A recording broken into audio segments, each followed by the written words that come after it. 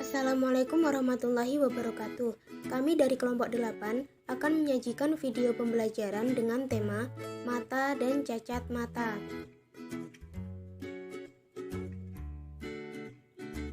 Dalam video pembelajaran ini ada 3 materi yang akan kita bahas. Yang pertama yaitu pengertian alat optik, mekanisme jalannya cahaya atau pembentukan gambar, dan yang ketiga persamaan matematis dan materi yang berkaitan dengan cacat mata.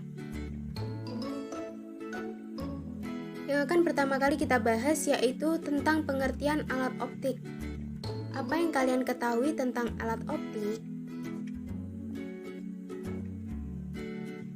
Alat optik adalah alat yang menggunakan lensa atau cermin untuk memanfaatkan sifat-sifat cahaya, yaitu dapat dipantulkan dan dapat dibiaskan.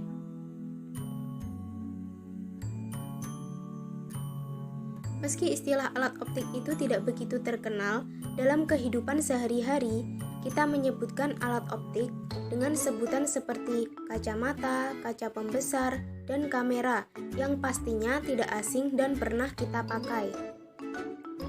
Alat optik itu memiliki banyak jenis, ada alat optik alami dan juga ada alat optik buatan yang dapat membantu kita untuk melihat sesuatu benda atau objek.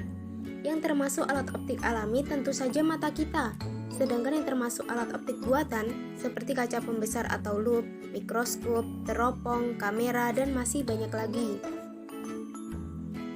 Selanjutnya kita akan membahas tentang alat optik alami, yaitu mata.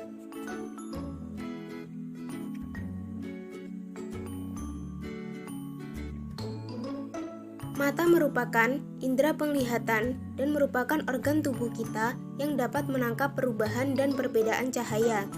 Perbedaan spektrum cahaya yang mampu ditangkap mata, itulah yang menyebabkan kita dapat melihat warna.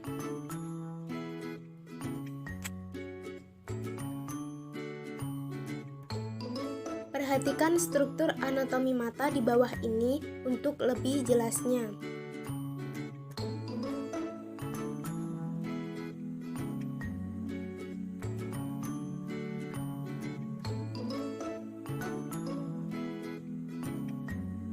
Mata berfungsi dengan cara menerima, memfokuskan, dan mentransmisikan cahaya melalui lensa mata yang menghasilkan bayangan objek yang kemudian ditangkap oleh retina mata.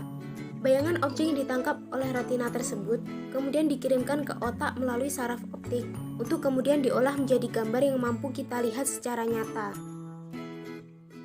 Yang selanjutnya yaitu alat optik buatan.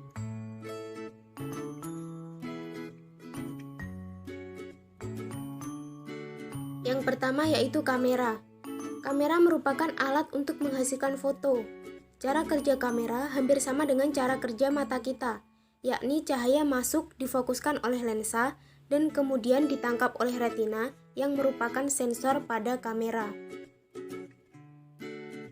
Yang kedua yaitu kacamata.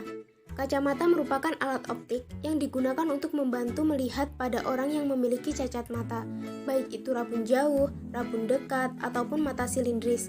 Kacamata terdiri dari lensa cembung atau cekung, tergantung jenis cacat matanya. Frame atau kerangka yang menyangga lensa.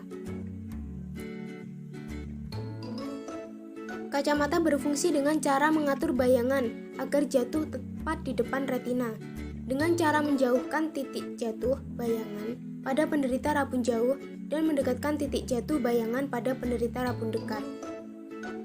Titik jatuh bayangan pada lensa kacamata, jauh dekatnya bayangan terhadap lensa atau kacamata yang digunakan tergantung pada letak objek, jarak fokus lensa, dan kekuatan atau daya lensa. Yang ketiga yaitu kaca pembesar.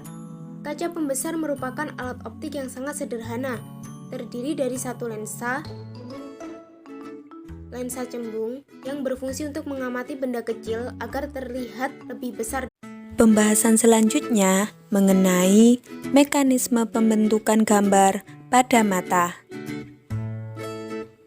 Bagaimana sih mata bisa melihat? Mata membiaskan cahaya yang dipantulkan benda yang ada di depannya. Misalnya, ketika kita melihat lilin. Lilin tersebut memantulkan cahaya. Cahaya yang dipantulkan oleh lilin tadi akan masuk ke dalam mata. lalu dibiaskan oleh lensa supaya jatuh tepat di retina. Di retina ini terbentuk bayangan lilin terbalik dengan ukuran yang lebih kecil daripada benda sebenarnya. Di retina juga, cahaya akan diubah menjadi sinyal listrik yang nantinya akan ditransmisikan ke dalam saraf optik, lalu ditransmisikan kembali ke dalam otak untuk diterjemahkan. Kemudian, otak mengubahnya menjadi gambar lilin dengan ukuran yang sebenarnya dan tidak terbalik. Nah, pada saat itu barulah kita bisa melihat. Ketika kita tidak menjaga mata dengan baik, maka akan mengalami sebuah gangguan. Gangguan mata ini disebut dengan cacat mata. Cacat mata disebabkan karena kurangnya kemampuan mencembung atau memipih. Ada berbagai macam gangguan ini, yaitu ada miopi, hipermetropi, presbiopi, dan astigmatisme. Pernahkah kalian mengalami keadaan seperti di gambar? Saat melihat objek jauh terlihat buram, sedangkan saat melihat objek yang dekat terlihat sangat jelas. Jika itu terjadi, berarti Anda mengalami rabun jauh atau miopi. Miopi ini terjadi karena lensa mata yang tidak bisa memipih atau menipih secara sempurna, yang mengakibatkan bayangan jatuh di depan retina. Penderita miopi ini bisa dibantu oleh kacamata cekung yang berfungsi untuk memindahkan benda yang jauh ke titik jauh mata kita. Misal, kakak menderita rabun jauh, tidak bisa melihat benda A karena titik jauh kakak kurang dari benda A. Maka dari itu, lensa cekung ini membentuk bayangan yang seolah-olah memindahkan benda A ke titik jauh kakak. Bayangan yang dibentuk ini bersifat maya, dekat, dan diperkecil. Bayangan itulah yang akan diterima oleh lensa mata kita yang akan diteruskan ke retina. Sekarang kita akan membahas rumus tentang miopi atau rabun jauh, di mana 1/F sama dengan 1/SO ditambah 1/SI. Biasanya di buku SO itu tertulis S saja, sedangkan SI ini tertulis S aksen. Ya, sama saja. Dari kekuatan kacamatanya yaitu P sama dengan 1/F, sama dengan 100/F, dengan keterangan SO itu sesuatu yang akan kita lihat. Konteksnya di sini rabun jauh, jadi titik jauhnya tak terhingga. SI ini sesuatu yang dapat kita lihat. Kita ingin melihat jauh, kita ingin melihat tak terhingga, tetapi kita hanya bisa melihat benda dengan jarak 3 meter. Nah, 3 meter inilah yang dinamakan SI. SI ini bernilai negatif. Selanjutnya mari kita simak gambar berikut. Pada gambar terlihat seseorang sedang memotret pemandangan sekitar. Terlihat bahwa saat dia melihat objek yang jauh terlihat jelas, sedangkan melihat objek yang dekat seperti kameranya dipegangnya terlihat buram. Ini merupakan contoh dari hipermetropi atau rabun dekat. Hipermetropi atau rabun dekat ini terjadi karena lensa mata yang tidak bisa mencembung secara sempurna sehingga bayangan yang datang jatuh di belakang retina. Penderita ini bisa dibantu dengan kacamata berlensa cembung yang berfungsi untuk memindahkan benda ke titik dekat mata kita.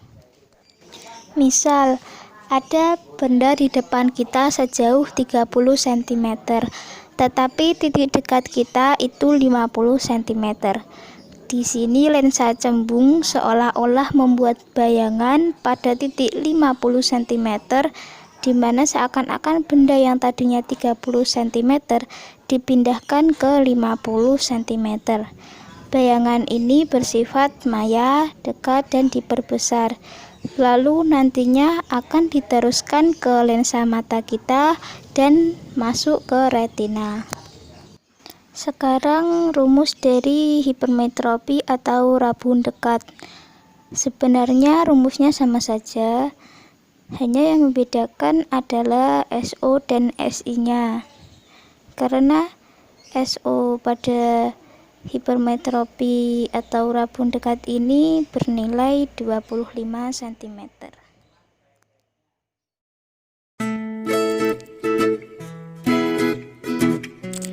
Hai, selanjutnya kita akan membahas mengenai mata tua atau yang disebut dengan presbiopi. Biasanya, presbiopi dialami oleh orang yang sudah lanjut usia. Mengapa bisa begitu? Seiring bertambahnya usia, otot yang di sekitar mata yang biasanya berguna untuk mengakomodasikan lensa akan kehilangan elastisitasnya dan mengeras. Alhasil, daya akomodasi lensa mata menurun dan tak bekerja dengan baik. Lensa pun menjadi kaku dan tak bisa mencembung ataupun memipih. Dalam keadaan ini, titik dekat mata lebih besar dari titik dekat normal, sedangkan titik jauhnya lebih dekat dari titik jauh normal. Akibatnya, lensa mata tidak dapat fokus ketika melihat jarak jauh maupun dekat. Karena cacat mata presbiopi ini gabungan dari miopi dan hipermetropi, jadi cacat mata presbiopi ini dapat diatasi dengan memakai kacamata bifokal atau lensa rangkap. Untuk yang atas, lensa cekung yang berfungsi untuk melihat jarak jauh, dan yang bawah, lensa cembung untuk melihat jarak dekat. Selanjutnya, kita akan membahas mengenai mata silinder atau disebut juga astigmatisme. Cacat mata ini disebabkan oleh kornea mata yang tidak rata, sehingga cahaya tidak terfokus pada retina dengan baik. Tampilan bayangan yang dihasilkan mata silindris terlihat buram dan bengkok. Bisa dilihat di gambar itu perbedaan pandangan mata normal dan mata silindris. Cacat mata silindris ini dapat diatasi dengan menggunakan kacamata silindris.